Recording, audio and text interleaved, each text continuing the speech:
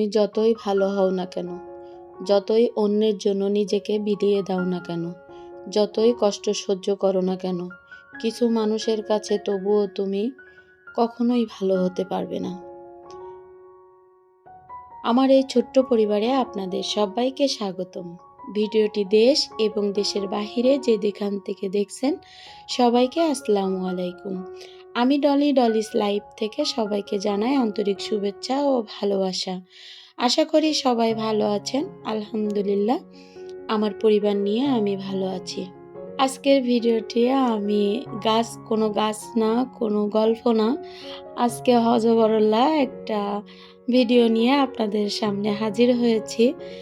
যেহেতু এই কয়েকদিন তো অনেক অসুস্থ, ভিডিও করতেও পারিনি আর ভিডিও করতেও ভালো লাগেনি।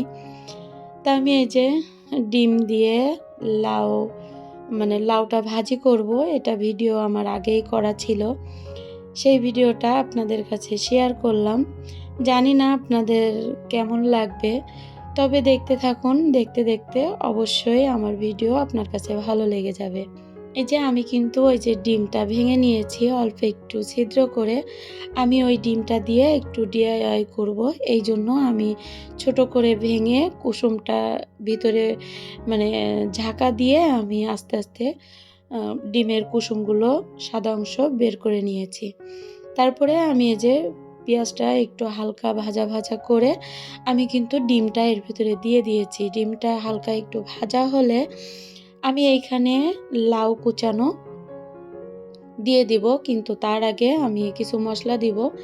এই যে আমার কাঁচা মরিচ ছিল না, এই জন্য শুকনো মরিচটা দিয়ে দিয়েছি, জিরা গুঁড়া আর হলুদ গুঁড়া, লবণ এইগুলো দিয়ে আমি কিন্তু আর সামান্য একটু আদা গুঁড়া দিয়ে দিয়েছি।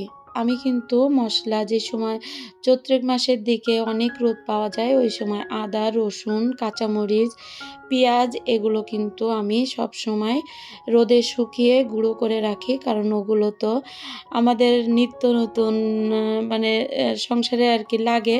অনেক সময় দেখা যাচ্ছে বাজার থাকে না, হুপ করে শেষ হয়ে যায়, তখন কিন্তু এই গুঁড়োগুলো কাজে লাগে। আমি এই জন্য আমার সুবিধার্থে আমি কিন্তু এই মশলাগুলো গুঁড়ো করে রাখি। তো এই যে আমি লাউটা ভাজি বসিয়ে দিয়েছি, এর ভিতরে আমি আরেকটা কড়াইতে একটু তেল দিয়ে আমি কিন্তু এখানে আমার দাদিমা বলতো আর কি যে মাছা আর কি, তা মাছা বলতো, আমি বুঝতাম না, কিন্তু এখন বুঝি যে মাছা কি জিনিস। একই তরকারি যদি দুই রকম করে রান্না করা হয় তাকে মাছা বলে আর কি। তো এই যে আমি এখানে কিন্তু শুকনো মরিচ দিয়ে দিয়েছিলাম তেলের ভিতরে, আর অল্প একটু জিরা ফোড়ন দিয়ে আমি কিন্তু এখানে রসুন কুচি আর পেঁয়াজ কুচি দিয়ে দিয়েছি।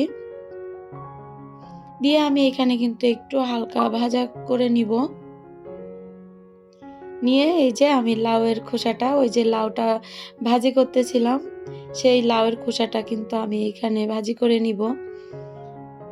আসলে কি বলবো, এটা আমার খেয়েছি তো বেশ কয়েকদিন আগে, এত মজা হয়েছিল। আমি দেখাচ্ছে কোনো সময় ভাজি করি, কোনো সময় ভর্তা করি। তো ওই যে শর্টকাটে রান্না, শরীরটাও ভালো ছিল না ওই সময় থেকেই অসুস্থ আর এখনো পর্যন্ত। আসলে অসুস্থ না হলে সুস্থতা ভালো যেটা সেটা আমরা বুঝতে পারি না। এই যে আমি কিন্তু ভাজিটা সুন্দর করে নিচ্ছি, আর এর ভিতরে আপনাদের একটা কথায় যেটা বলি প্রতিদিন সেটা আমি বলে নিচ্ছি। আমার ভিডিওটি আপনাদের যদি কোথাও কোনো জায়গায় একটু ভালো লেগে যায়, প্লিজ একটা লাইক দিয়ে দিবেন। আর যদি আমার কে বেশি ভালো লাগে তাহলে চ্যানেলটিকে সাবস্ক্রাইব করে পাশে থাকা বেল আইকন অল অপশনটি সিলেক্ট করে রাখবেন। এতে করে আমি যখন নতুন কোনো ভিডিও আপলোড করব সঙ্গে সঙ্গে নোটিফিকেশন চলে যাবে আপনার মোবাইলে, সুযোগ বুঝে আপনি দেখে নিতে পারবেন। আর যারা এই কাজ করে আমাকে প্রতিনিয়ত সাপোর্ট করে যাচ্ছেন তাদেরকে অসংখ্য ধন্যবাদ। আর এই যে আমার কিন্তু ভাজি হয়ে গেছে দুপুরবেলা। মেয়েরা তো বাসায় নেই, একজন কলেজে গিয়েছে আর একজন স্কুলে গিয়েছে, তো আমি দুপুরবেলা একাই খেয়ে নিচ্ছি। তো ভাজিগুলো কিন্তু অনেক মজা হয়েছিল, তা আমি একাই খেয়ে নিচ্ছি। এই যে আমি কিন্তু ২টাই তরকারি নিয়ে আমি বেডরুমে চলে যাব। ডাইনিংয়ে আর নিব না, কারণ একা, একা খাবো, ভালো লাগবে না। তো এই যে আমি কিন্তু নিয়ে নিয়েছি, আমি খাবো একাই। আর আসলে একা খেতে ভালো লাগে না। তো যেহেতু শরীরটা খারাপ লাগতেছে, সকালে হালকা পাতলা নাস্তা করেছিলাম। এইজন্য আরকি তাড়াতাড়ি আমি খেয়ে নিচ্ছি, আর ওরা আসবে তো একটু দেরি হবে। তো এই যে আমার আপুরা আমাকে যদি বকা দেয় তাহলে আমার করার কিছু নেই। আমার যে শিশির আপু, আমার শিশির আপু তো আমাকে বকা দিবেই, আমি এটা জানি। শিশির আপু, তুমি আমাকে বকা দিও না। যদি কখনো তুমি আসো খুলনাতে, তা অবশ্যই আমি তোমার এই সন্দেশের ক্ষীরটা খাওয়াবো। তো এই যে এটা কিন্তু সেই কালীগঞ্জের মানে সন্দেশের সেই ক্ষীরটা আবারও আমার ঘরে এসেছে। এটা আপনাদের ভাইয়া আনেনি। এটা এনেছে আমার ছোট মেয়ের স্যার আরকি। তা স্যারের বাসা কালীগঞ্জে।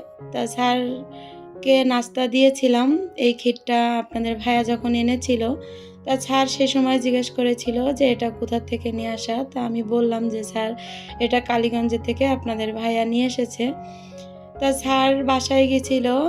গেলে সেখান থেকে আসার সময় আমাদের সবার জন্য এই যে নিয়ে এসেছে। এই যে আমরা সবাই খাবো এজন্য বাটিতে নিয়ে নিচ্ছি। আসলে এই ক্ষীরটা খেতে যে আমার এত ভালো লাগে, হয়তো আমার কাছে যা ভালো লাগে আপনাদের কাছে হয়তো ভালো নাও লাগতে পারে। আমি গত ভিডিওতে আমার মানে কুশি কাঁটা দিয়ে মুরগি ভুনা, এটা আমার প্রচুর পিঠের উপরে ছিল। এটা আমার আপুরা দেখে অনেক পছন্দ করেছে। কুশি কাঁটা দিয়ে অনেক কিছুই করি। আসলে আপনাদের সামনে সেটা আমি দেখাই না। ভিডিও করতে গেলে তো একটু দেরি হয়, এজন্য আলসেমে আরকি। আলসেমের জন্য ভিডিওটা করা হয় না। তা আপনারা যদি আমার কুশি কাটার কাজ দেখতে চান, অবশ্যই আমি দেখাবো। আমার অনেক কাজ করা আছে।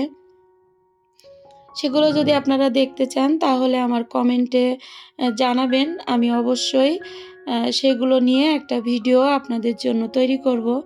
তো ওই যে দুপুরে হজবরল্লা রান্না বাড়া হয়েছে। আমার মেয়েরা পছন্দ করেনি। কিন্তু আমার ছোট মেয়ে ওই যে লাউ দিয়ে ডিম ভাজা এটা কিন্তু খুব পছন্দ করে। বিকালের নাস্তা হিসাবে তো আমরা এই সন্দেশের ক্ষীরটা খেয়েছিলাম। আর এই যে আজ কতদিন ধরে আমার বেডের উপরে খাওয়া-দাওয়া, যেখানে আমি সেখানে সবাই। এত বলি যে তোমরা ডাইনিংয়ে চলে যাও, কিন্তু যায় না। সবকিছু নিয়েই আমার বেডের পরে হাজির হয়ে যায়। তো এই যে আমরা ক্ষীর খেয়ে নিয়েছিলাম, আর ডিনার হিসাবে আমার মেয়ে এই যে গ্রিল আর পরাটা, আর আমার জন্য বিরিয়ানি আমাকে জিজ্ঞেস করেছিল। তো এই যে বিরিয়ানি নিয়ে এসেছে, আমরা খেয়ে নিচ্ছি। এর ভিতরে আপনারা দেখতে থাকুন। দেখলে অবশ্যই আমার ভিডিওটি লাইক দিয়ে কন্টিনিউ করবেন। আপনাদের একটা লাইকই পারে আমার ভিডিওটি আরও 10টা আপুর কাছে পৌঁছিয়ে দিতে। তা আপনাদের কাছ থেকে আমি এবার বিদায় নিব। ফিরে আসবো নতুন কোনো ভিডিও নিয়ে। ততক্ষণ আপনারা ভালো থাকুন, সুস্থ থাকুন, আমার জন্য দোয়া করবেন। আল্লাহ হাফেজ। আসসালামু আলাইকুম।